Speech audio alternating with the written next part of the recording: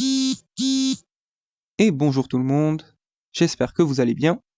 Dans cette vidéo, on va voir ensemble l'exercice 5 du National Sciences Maths de 2018, session normale, un exercice d'analyse avec une fonction définie par une intégrale. On considère la fonction grand F définie sur R par grand F de x est égal à l'intégrale de 0 à x de exponentielle de t carré dt. La première question montrait que grand F est continue et strictement croissante sur R. Alors ici, j'ai réécrit la fonction grand F, quel que soit x dans R, on a grand F de x est égal à l'intégrale de 0 à x de e de t carré dt.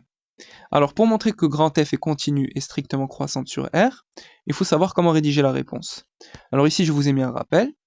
Si on a une fonction grand F de x qui est égale à l'intégrale de a à x de f de t dt, donc petit f, définie sur un intervalle i, alors si petit f, donc cette fonction ici, elle est continue sur i, et le point A appartient à i, donc ce point ici, alors on pourra dire que grand F est la primitive de petit f sur i qui s'annule en a. Donc elle s'annule en a parce que si vous calculez grand F de a, vous aurez l'intégrale de a à a, et ça par définition c'est 0. Donc elle s'annule en a. À ce moment-là, la fonction grand F est dérivable sur i, et pour tout x dans i, grand F' de x va être égal à petit f de x. Alors nous, on a la fonction qui a t associe e de t carré, elle est continue sur R comme composée de deux fonctions continues sur R. La fonction qui a t associe t carré, elle est continue sur R. La fonction exponentielle est continue sur R, donc leur composé aussi est continu sur R. Donc on a cette fonction ici qui est continue sur R, donc la première condition est vérifiée. Alors ensuite, on doit dire que, de plus, on a 0 qui appartient à R. Donc comme ici, on doit préciser que A appartient à I, donc on précise que 0 appartient à R, et à ce moment-là, on pourra dire que la fonction grand F est dérivable sur R comme primitive d'une fonction qui s'annule en 0. Alors comme je vous l'ai dit, si vous calculez grand F de 0, vous aurez l'intégrale de 0 à 0, donc l'intégrale d'un point à un même point, c'est toujours nul. Donc c'est pour ça qu'elle s'annule en 0. Donc justement, l'intégrale de a à a d'une fonction de f, petit f de t dt, c'est toujours nul, donc c'est 0. Alors comme grand F est dérivable sur R, alors grand F est continu sur R. Si vous avez une fonction qui est dérivable sur un intervalle, alors nécessairement elle est continue sur cet intervalle. Mais la réciproque est fausse. Si une fonction est continue sur un intervalle, ça ne veut pas forcément dire qu'elle est dérivable sur cet intervalle. Mais si elle est dérivable, alors elle est continue. Donc grand F est continue sur R. Alors maintenant on doit montrer qu'elle est strictement croissante. Et quel que soit x dans R, on a grand F' de x, ça va être exponentielle de x carré. Et l'exponentielle c'est strictement positif sur R. Donc la dérivée est strictement positive. Ça veut donc dire que notre fonction grand F est strictement croissante sur R. Donc voilà. Alors maintenant on passe à la question 2a. Montrer que pour tout x dans l'intervalle 0 plus l'infini, 0 ouvert, grand F de x est supérieur ou égal à x, en déduire la limite quand x tend vers plus l'infini de grand F de x. Alors, quel que soit x dans l'intervalle 0 plus l'infini, 0 ouvert, on a t carré est supérieur ou égal à 0. Alors en fait, t carré est strictement supérieur à 0, puisqu'on a 0 ouvert, mais d'une inégalité stricte, on peut passer à une inégalité large. Donc on peut dire que t carré est supérieur ou égal à 0. Alors maintenant, on va faire apparaître la fonction grand F de x.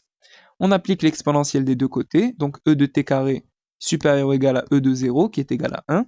Alors la fonction exponentielle, elle est strictement croissante sur R, donc on ne change pas le sens de l'inégalité, strictement croissante.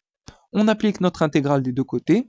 L'intégrale de 0 à x de e de t carré dt est supérieure ou égale à l'intégrale de 0 à x de 1 dt. Alors ça, c'est quoi? C'est grand F de x, et ça, si vous le calculez, donc c'est x. Donc au final, on a grand F de x qui est supérieur ou égal à x, et nous, on veut la limite quand x tend vers plus l'infini de grand F de x. Alors, la limite quand x tend vers plus l'infini de x, bon c'est plus l'infini, donc ça tend vers plus l'infini, et quel que soit x dans R étoile plus, donc 0 ou vers plus l'infini, on vient de montrer que grand F de x est supérieur ou égal à x. Donc ça tend vers plus l'infini, et comme ça c'est supérieur à ça, alors ça aussi ça va tendre vers plus l'infini. Donc la limite quand x tend vers plus l'infini de grand F de x, c'est plus l'infini. Très bien. Alors maintenant la question B. Montrer que la fonction grand F est impaire, en déduire la limite quand x tend vers moins l'infini de grand F de x. Alors, petit rappel, on a une fonction qui est paire si f de moins x est égal à f de x. Par exemple, la fonction cosinus, elle est paire, cosinus de moins x est égal à cosinus de x. Et si on a une fonction impaire, alors f de moins x est égal à moins f de x. Par exemple, la fonction sinus, elle est impaire, sinus de moins x est égal à moins sinus de x. Donc nous, on veut montrer que grand F est impair. Donc on va calculer grand F de moins x, et on va montrer que c'est égal à moins grand F de x. Alors, quel que soit x dans R, on a grand F de moins x. Alors ça va être l'intégrale de 0 à moins x de exponentielle de t carré dt, et moins x appartient à R, il faut le préciser. On va faire un changement de variable pour calculer ça. On va poser que u c'est égal à moins t, donc moins u est égal à t. Du ça va être moins dt, donc moins du c'est dt. Et pour t est égal à moins x, donc ce nombre, on aura u est égal à x. Alors c'est bon, on fait notre changement de variable. Grand F de moins x, ça va être égal à l'intégrale de 0 à x de, alors exponentielle de moins u au carré, fois moins du. On a dit qu'on avait moins du, alors le moins je vais le mettre ici. Alors, comme u au carré c'est la même chose que moins u au carré, donc à la place de moins u au carré, je peux mettre u au carré. Donc j'aurai grand F de moins x, ça sera égal à, alors le moins ici je le fais sortir, moins l'intégrale de 0 à x de exponentielle de u au carré du. Alors ici je vais changer de lettre, je peux mettre une autre lettre. Je vais poser que t est égal à u, donc dt est égal à du, d'où grand F de moins x, ça va être moins l'intégrale de 0 à x de exponentielle de t carré dt, et ça c'est quoi? C'est moins grand F de x. Donc on a montré que grand F de moins x est égal à moins grand F de x, ça veut donc dire que la fonction f est impaire. Alors maintenant on doit en déduire la limite quand x tend vers moins l'infini. On va faire un changement de variable, on va poser que moins grand x est égal à x. Donc si x tend vers moins l'infini, alors grand x tend vers plus l'infini. X tend vers moins l'infini, donc avec le moins ici, grand x va tendre vers plus l'infini. C'est-à-dire que la limite quand x tend vers moins l'infini de grand f de x, ça va être la limite quand grand x tend vers plus l'infini de f de moins grand x. Alors comme la fonction grand f elle est impaire, donc on aura la limite quand grand x tend vers plus l'infini de moins grand f de x, car grand f est impair. Alors ça va être égal à moins l'infini. Pourquoi? Parce que on avait montré que la limite quand x tend vers plus l'infini de grand f de x, c'est plus l'infini. Avec le moins, ça va devenir moins l'infini. Et voilà. Alors la question c'est montrer que grand F est une bijection de R dans R. Alors pour montrer que c'est une bijection, on a besoin des deux conditions, la continuité et la stricte monotonie. Nous on les a, grand F elle est continue et strictement croissante sur R. Donc continuité et stricte monotonie, donc ici stricte croissance. Elle réalise donc une bijection de moins l'infini plus l'infini vers grand F de moins l'infini plus l'infini. Donc l'image de moins l'infini plus l'infini par la fonction grand F. Alors, si on calcule grand F de moins l'infini plus l'infini, on aura la limite quand x tend vers moins l'infini de grand F de x et la limite quand x tend vers plus l'infini de grand F de x. Alors la fonction grand F elle est strictement croissante, donc on ne change pas l'ordre des bornes. Si elle était strictement décroissante, alors on aurait ici la limite en plus l'infini et la limite en moins l'infini. Mais comme elle est strictement croissante, alors on garde l'ordre des bornes, moins l'infini plus l'infini. Ça on l'a calculé, on a trouvé moins l'infini, et ça on l'a calculé, on a trouvé plus l'infini. C'est-à-dire R, moins l'infini plus l'infini, R. Donc, grand F réalise une bijection de R dans R. Très bien. La question D, montrer que la bijection réciproque grand G de la fonction grand F est dérivable en 0, puis calculer G' de 0. Alors petit rappel, si on a une fonction f définie d'un intervalle i vers un intervalle j, et sa réciproque f-1 qui est définie de l'intervalle j vers l'intervalle i, pour montrer que f-1 de x, donc la réciproque, est dérivable sur j, donc cet intervalle, il nous faut deux conditions. Il faut montrer que la fonction f, donc celle-là, elle est dérivable sur i, donc son intervalle de départ, et il faut montrer que f' de x, donc la dérivée de f, elle est différente de 0 pour tout x dans i.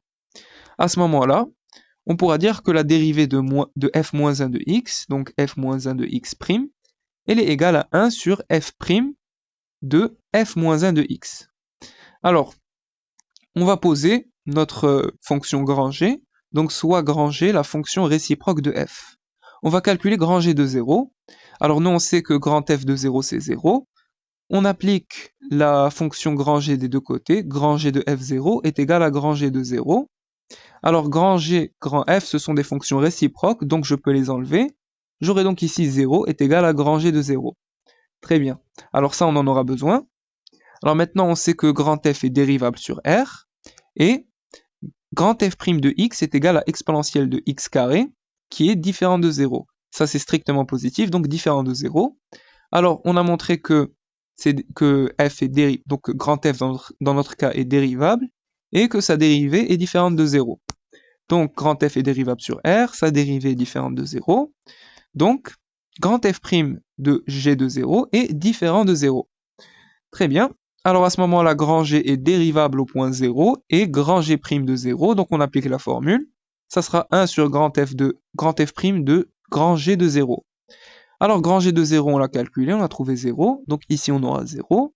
G' de 0, ça va donc être 1 sur f' de 0. C'est-à-dire 1 sur exponentielle de 0. Alors, e de 0, c'est 1. Donc, 1 sur 1, c'est-à-dire 1. Et au final, grand G est dérivable en 0 et grand G' de 0, c'est 1. Et voilà. Alors j'espère que cette vidéo vous a plu.